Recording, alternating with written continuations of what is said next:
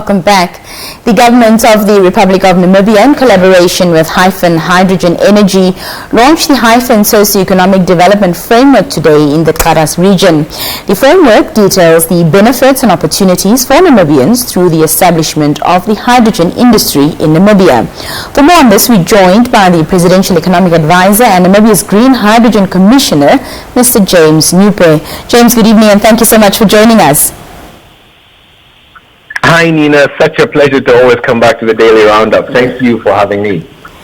James, to start with, talk to us about the development process of the framework that was launched today. Absolutely. So Nina, I've come to you before and we've spoken about the negotiations that government had entered into with Hyphen after Hyphen was selected as a preferred bidder. So as part of those negotiations, we had essentially expounded upon the various socio-economic development related targets that Hyphen had provided to the government as part of a response to the bid. And so during those negotiations, for example, all bidders were asked to submit proposals with regards to how many jobs they will create, but also with regards to the local procurement. Whereas during our negotiations, we then went and added upon other things such as enterprise development, and then of course as well as skills development to both increase the capacity of the jobs and the local procurement component. And then of course we added things like corporate social responsibility as well. So the development process was all part of the negotiations, from the selection of the preferred bidder all the way up until we signed the feasibility and implementation agreement on the 26th of May earlier this year. James, talk to us about how this framework will go about ensuring that the benefits and opportunities under this pioneering green hydrogen project are really going to be enjoyed by all Namibians. So Nina, the truth is, after Hyphen, say, for example, gave us a preliminary estimate to say, look, we think this project could employ 15,000 people during construction.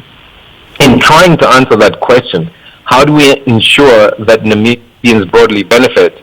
That is when we started deep diving into actually what type of jobs do you think you will provide?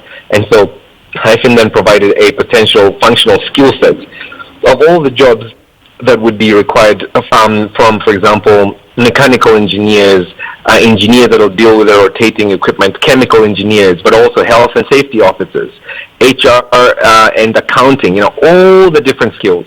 And once we started seeing that, we realized, wow, well, we would need to train Namibians, right, in order for them to partake in these jobs. Because one of the other things Hyphen had to bid for was how much of those jobs would be Namibian jobs. And they were saying they estimate that up to 90% of these jobs could be filled in by Namibians. So then it was a process of looking at our existing labor pool.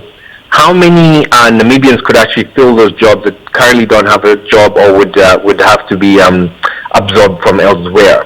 And so it was during that whole process where we said, look, we would need to skill up Namibians, so the scholarship program is an effort with that regard. And at the same time, from a local procurement perspective, we looked at the existing SME pool and we said, how could we empower those SMEs in order to meet some of the contractual obligations required by Hyphen? And so in a combination of all of those things, we were trying to make sure that Namibians from the south to the north, east to west could actually participate in this project in one way or another. And we know that the skill sets required are diverse enough to understand that we would be able to really engage all sorts of Namibians from all different walks of life. As you rightfully said, when government put out the proposal for this green hydrogen project, employment and local procurement were two of the main requirements included. So would you say, how adequately does this framework address that? And secondly, you mentioned a 90% sort of estimation for Namibian workers. Would you say that that figure, that statistic is so realistic? Yeah, and this is where, of course I'm biased, but I'm hoping Namibians can look at the results of the framework and say, wow, maybe government scored here a little bit, right? Because we had two essentially goals or targets that Hyphen had to meet, and now we've ended up with about 6, right? We've added 2 capacity building ones, we've added a corporate social responsibility one, and we've added supplementary infrastructure where we're going to be requiring Hyphen, of course, to provide accommodation for their workers. Now, how good is the framework? Now, the framework, what it does, Anina, is it provides an opportunity for Hyphen to conduct various baseline studies that will confirm the veracity, the robustness of these targets. So they will go and do out significant sort of research into the market to see exactly how many Namibians there are out there that can do this job. We will be doing the national census at the same time with the NSA, and then we're going to be comparing that data. And then Hyphen will come back to the government with a report to say, we've done all of this, sample analysis, and we've gone out there and we've done various pieces of research and conducted interviews.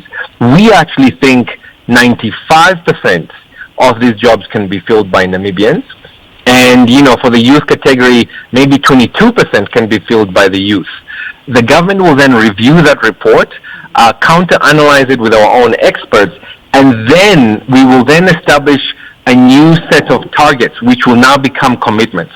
So we'll go from commitments, do baseline studies, and then we'll go with targets, do baseline studies, and then come up with commitments. And these commitments are what government will use to hold Hyphen accountable in terms of their delivery on the SED framework, right? Which obviously then goes from a framework to an SED strategy and plan. So we think the framework provides a nice sort of a pathway to go from estimate to concrete targets, and then to go to allow government to actually be able to hold Hyphen accountable to deliver on their SED commitments. So we do think it's a decent enough framework. Of course, we've also shared it now with the public, and so we're expecting a lot of stakeholder engagement that would improve the process going forward. So we're excited at actually beginning the work. We're now in full feasibility mode almost, so it's something that we're very much looking forward to executing with the Namibian people.